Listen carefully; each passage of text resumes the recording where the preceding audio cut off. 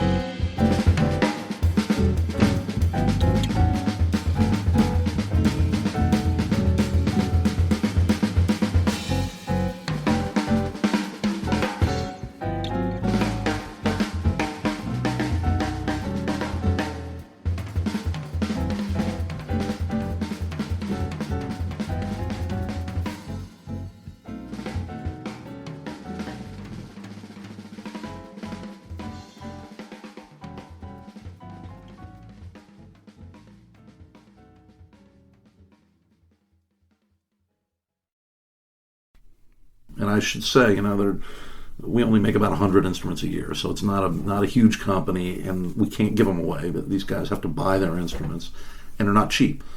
So we kind of have two levels of guitars. We have what we call our professional series instruments, which are laminated construction or chambered solid body, like a Les Paul model, but maybe a step or two above a Les Paul model, or a hollow body archtop guitar that's laminated, similar to like a Gibson ES-175.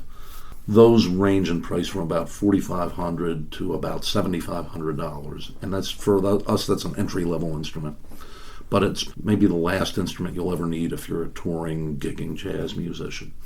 And then our carved guitars, which are the more coveted and collectible instruments, start at $10,000, which is a lot less than they started for in 1996 when I ordered mine. We've been able to make them a little more affordable because of this manufacturing process. They range from about $10,000 up to $50,000 or $60,000, depending on, or more. We've sold guitars for $100,000 before. So our customers are kind of, maybe 30% of them are the professional players, the guys who teach them in all the music conservatories, and then the guys who learn from them, the next generation of professional players. And then a bigger chunk, maybe 50% of our customers are professional doctors, lawyers, professors, engineers, dentists, bankers that can afford whatever they would like. They have expendable income and are really devoted to jazz guitar. Maybe they started playing jazz, played their way through college, went off to law school and did other things, and now they're in their 40s, 50s, or 60s, and they're really seeing the light at the end of the tunnel, and they want to be able to play again, and they can afford the best. And so that's probably the biggest group of our customers. And they tend to buy the highest end of the laminated guitars or the lowest to the mid-range end of the carved guitars. And then we have a small group of, maybe 20% that are collectors, and they own a lot of guitars, and they have to have a couple of Benedettos in their collection of Martins and Gibsons and Guilds and D'Angelicos and D'Acquistos and whatever they're collecting. So that's kind of the range of customers that we have and that we build for here. Now, there are actually some jazz guitarists here in town who have Benedetto. We have a lot of Benedetto artists here in town. Bill Smith is a Benedetto player. Jackson Evans. Bruce Spradley plays a Benedetto guitar. Young man Jack Considine Jr., who's just getting ready to go off to Music Conservatory, plays a Benedetto guitar. Annie Allman, I think, has a couple of Benedetto guitars. And there's probably 15 or 20 people around town that own them. And if I try to name them all, I'll forget. And some of them are collectors, some of them are hobbyists, and some of them are professional musicians. And it sort of is like our general customer base. It's very similar in Savannah. There are a lot of Savannah, a lot of Benedettos, probably more Benedettos per capita in Savannah than in most places. Here's local guitarist and Benedetto guitar player Jackson Evans performing Kitchenware for the Modern Cook from his album Song Noir.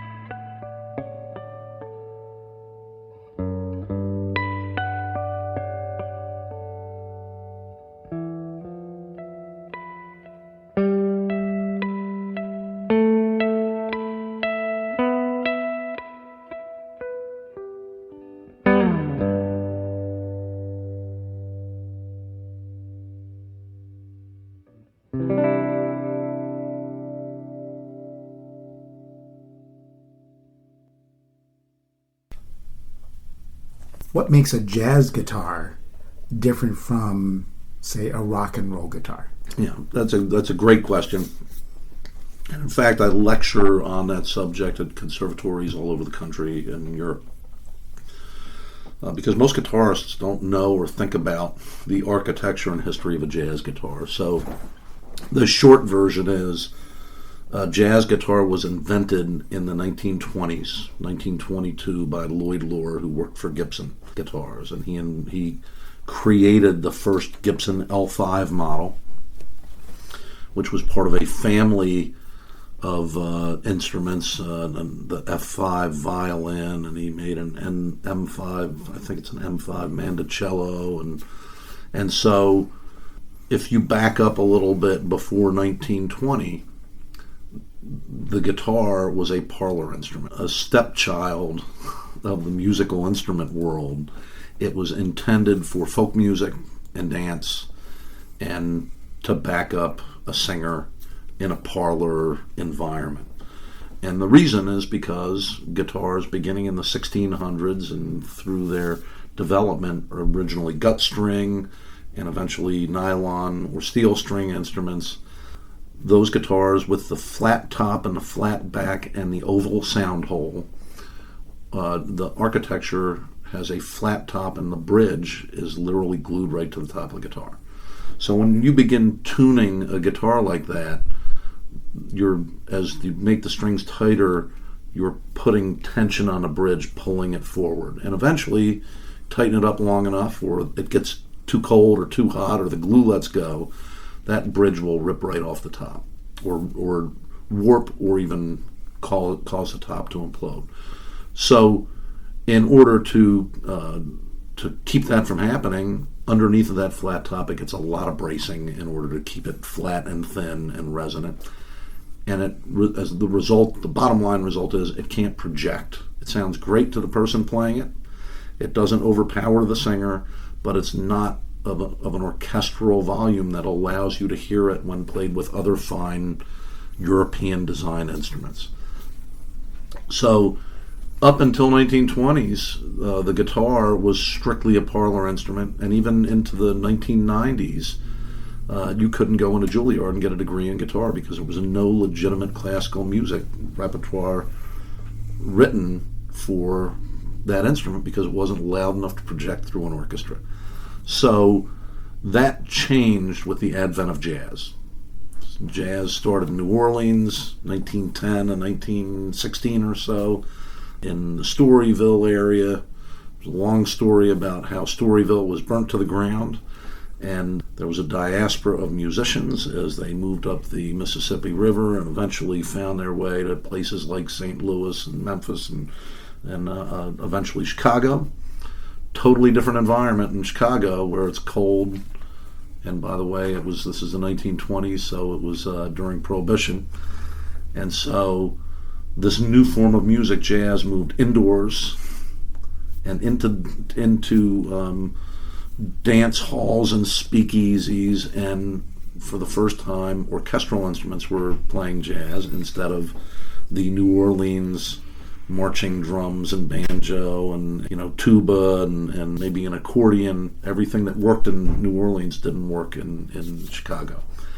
And so in 1922, the guitar was developed as the rhythm instrument in an orchestra to replace what had been a banjo in a parade group in New Orleans. And what made the guitar acceptable in that environment was it was built like a violin. So the first jazz guitar had a carved arched top like a violin and a carved maple arched back, same material, spruce top, maple backsides and neck, and ebony or rosewood appointments. And early guitars had a metal tailpiece, but of course Benedetto guitars have the ebony tailpieces. But a violin or trapeze style tailpiece, and that architecture of a floating bridge and tension pushing down on the top allows the top to resonate, and because it's carved into an arch, it's a very strong architectural shape, so you don't have to put a lot of bracing underneath of it like you do that flat top guitar to keep it from destroying itself. And then by the 30s, they developed electronic pickups, and you started to hearing them for the first time as solo instruments. By the 40s, the guitar and electronics improved, and you had Les Paul stepping in and developing the electric guitar. And so the jazz guitar, in its purest form, beginning in 1922, is an acoustic instrument built much like a cello, and that's what we still build here. The most expensive, most coveted Benedettos are very similar to the original 1922 Gibson L5 built by Lloyd Loar. And we use the same extraordinarily fine, long cured materials, and we carve them by hand the same way that fine violins are carved.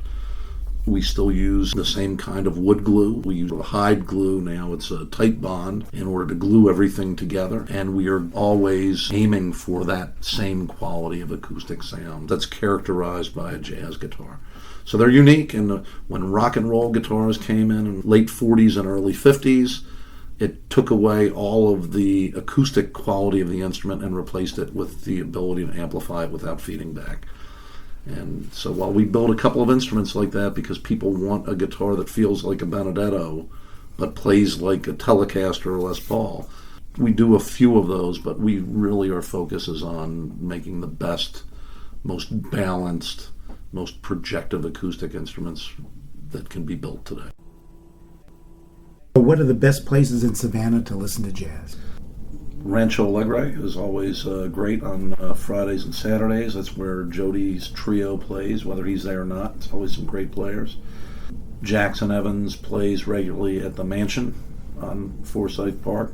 Some of these places, depending on who's playing there and with the audience, it may or may not be jazz. We don't really have a dedicated jazz club anymore.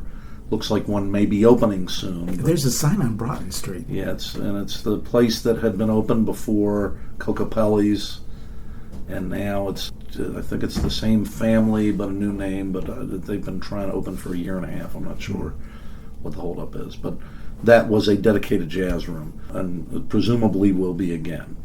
At Ruth's Chris, when I play there, I don't have to play anything but what I want to play, and so it's always going to be straight ahead jazz. This place, Peaceful Henry's in Bluffton, if you can stand the cigar smoke when I'm performing there, it's dedicated to jazz, and it's always I bring in nationally known headliners to join me there. The Jazz Corner in Hilton Head, of course, is still a mainstay of jazz in the area and one of the top jazz clubs in the world. The name Jazzed, the restaurant's a little deceptive, but every now and then you can catch some jazz there. And I think that's it. We're having such a wonderful and informative discussion, and there's so much more to talk about with Howard Paul. So I've decided to extend this interview into next week.